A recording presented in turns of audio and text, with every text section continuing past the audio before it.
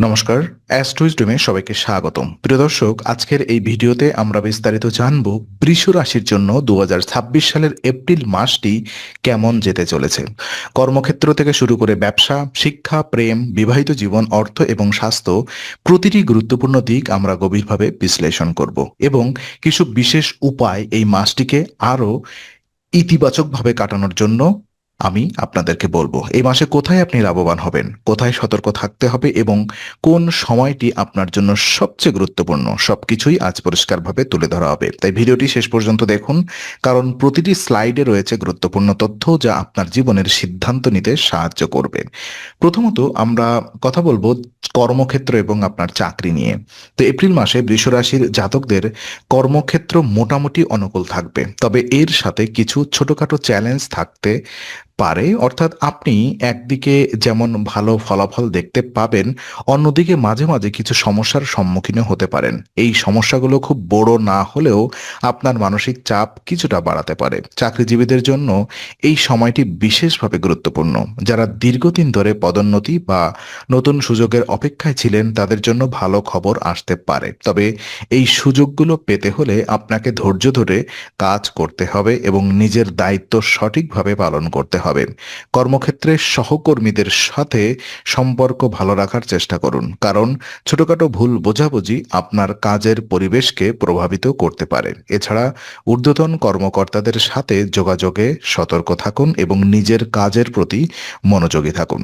যারা নতুন চাকরি খুঁজছেন তাদের জন্য এই মাসটি আশাব্যঞ্জক হতে পারে, তবে তাড়াহুড়া করে সিদ্ধান্ত নেওয়ার পরিবর্তে ভালোভাবে যাচাই করে এগিয়ে চলা উচিত এবং এগানো উচিত আপনাকে সামনে।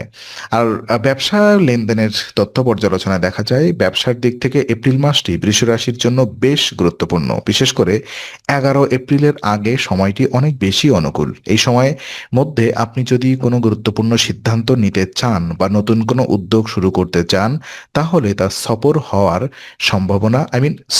হওয়ার সম্ভাবনা অনেক বেশি থাকবে।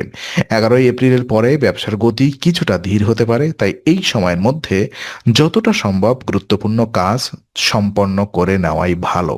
যারা নতুন বিনিয়োগের কথা ভাবছেন তারা প্রথমার্ধে তা করার চেষ্টা করুন। লেনদেনের ক্ষেত্রে সতর্ক থাকা জরুরি। কারোর উপরে অন্ধভাবে বিশ্বাস না করে প্রতিটি চুক্তি ভালোভাবে যাচাই করুন। পার্টনারশিপ ব্যবসায়ের ক্ষেত্রে পারস্পরিক বোঝাপড়া বজায় রাখা খুবই গুরুত্বপূর্ণ। ব্যবসার মাঝে মাঝে কিছু বাধা আসতে পারে, কিন্তু এগুলো স্থায়ী নয়। ধৈর্য ধরে পরিকল্পনা অনুযায়ী কাজ করলে এই বাধাগুলো কাটিয়ে ওঠা সম্ভব। আর ওদিকে শিক্ষাক্ষেত্র পর্যালোচনায় দেখা যায় শিক্ষাক্ষেত্রে এপ্রিল মাসটি বৃষ রাশির জন্য ভালো সম্ভাবনা নিয়ে আসছে, বিশেষ করে প্রাথমিক ও বৃত্তিমূলক শিক্ষার্থীদের জন্য। যারা নতুন কিছু শিখতে চান বা কোনো নির্দিষ্ট দক্ষতা অর্জন করতে চান তাদের জন্য এই সময়টি খুবই অনুকূল। প্রাথমিক শিক্ষার্থীরা ভালো ফলাফল অর্জন করতে সক্ষম হবে, তবে এর জন্য নিয়মিত পড়াশোনা এবং সঠিক দিক নির্দেশনা প্রয়োজন। অভিভাবকদেরও এই সময়ে সন্তানদের প্রতি বিশেষ নজর দেওয়া উচিত। বৃত্তিমূলক শিক্ষার্থীদের জন্য এই সময়টি বিশেষভাবে সফল হতে পারে। যারা টেকনিক্যাল বা স্কিল ভিত্তিক শিক্ষার সাথে যুক্ত তাদের জন্য পরিশ্রমের ভালো ফল পাবেন, তবে 11 এপ্রিলের পরে পড়াশোনার ক্ষেত্রে কিছু মনোযোগে কমে যেতে পারে। তাই গুরুত্বপূর্ণ বিষয়গুলো আগে শেষ করার চেষ্টা করুন। নিয়মিত রুটিন মেনে চলা এবং সময় মতো পড়াশোনা করা এই সময় খুবই জরুরি। পারিবারিক জীবনে এপ্রিল মাসে কিছু ওঠানামা দেখা দিতে পারে। ছোটখাটো ভুল বোঝাবুঝি বা মতবিরোধ হতে পারে, যা কখনো কখনো পরিবেশকে একটু অস্বস্তিকর করে তুলবে। তবে ভালো বিষয় হলো এই সমস্যাগুলো স্থায়ী হবে না। পরিবারের সদস্যদের মধ্যে পারস্পরিক বোঝাপড়া এবং সহযোগিতার মাধ্যমে পরিস্থিতি দ্রুত স্বাভাবিক হয়ে যাবে। এই সময় ধৈর্য ধরে কথা বলা এবং অন্যের মতামতকে সম্মান করা খুবই গুরুত্বপূর্ণ। কোনো বিষয় নিয়ে তর্ক বাড়ানোর পরিবর্তে তা শান্তভাবে সমাধান করার চেষ্টা করুন। পরিবারের বড়দের পরামর্শ মেনে চলা এবং তাদের সাথে সময় কাটানো আপনার জন্য উপকারী হতে পারে। এতে সম্পর্ক আরো মজবুত হবে। প্রেম এবং সম্পর্কের ক্ষেত্রে দেখা যায় প্রেমের ক্ষেত্রে এপ্রিল মাসটি কিছুটা সংবেদনশীল হবে। যারা সিঙ্গেল তারা নতুন সম্পর্কে জড়াতে পারেন, তবে এই সম্পর্ক গোপন রাখার প্রয়োজন হতে পারে। আপনার আশেপাশে এমন কিছু মানুষ থাকতে পারে যারা আপনার ব্যক্তিগত জীবনের উপরে নজর রাখছে, তাই সম্পর্কের বিষয়টি সবার সামনে প্রকাশ না করা করাই ভালো। যারা ইতিমধ্যেই সম্পর্কে আছেন তাদের জন্য এই সময় সতর্ক থাকা জরুরি। ছোটখাটো ভুল বোঝাবুঝি বা বাইরের কারোর হস্তক্ষেপ সম্পর্কের উপরে প্রভাব ফেলবে। যোগাযোগ বজায় রাখা এবং একে অপরকে সময় দেওয়া খুবই গুরুত্বপূর্ণ। সম্পর্ক টিকিয়ে রাখতে হলে আপনাকে সচেতনভাবে কিছু পদক্ষেপ নিতে হবে। আর ওদিকে বিবাহিত জীবন পর্যালোচনায় দেখা যায় বিবাহিত জীবনের ক্ষেত্রে এপ্রিল মাসটি তুলনামূলকভাবে ভালো যাবে। স্বামী স্ত্রীর মধ্যে পারস্পরিক সমর্থন এবং বোঝাপড়া থাকবে, যা সম্পর্ককে আরো মজবুত করবে। বড় কোনো সমস্যা হওয়ার সম্ভাবনা খুবই কম, তবে মাঝে মাঝে ছোটখাটো বিষয় নিয়ে মতবিরোধ হতে পারে, যা খুব স্বাভাবিক। এই সময় একে অপরকে সময় দেওয়া এবং সম্পর্কের প্রতি যত্নবান হওয়া খুবই গুরুত্বপূর্ণ।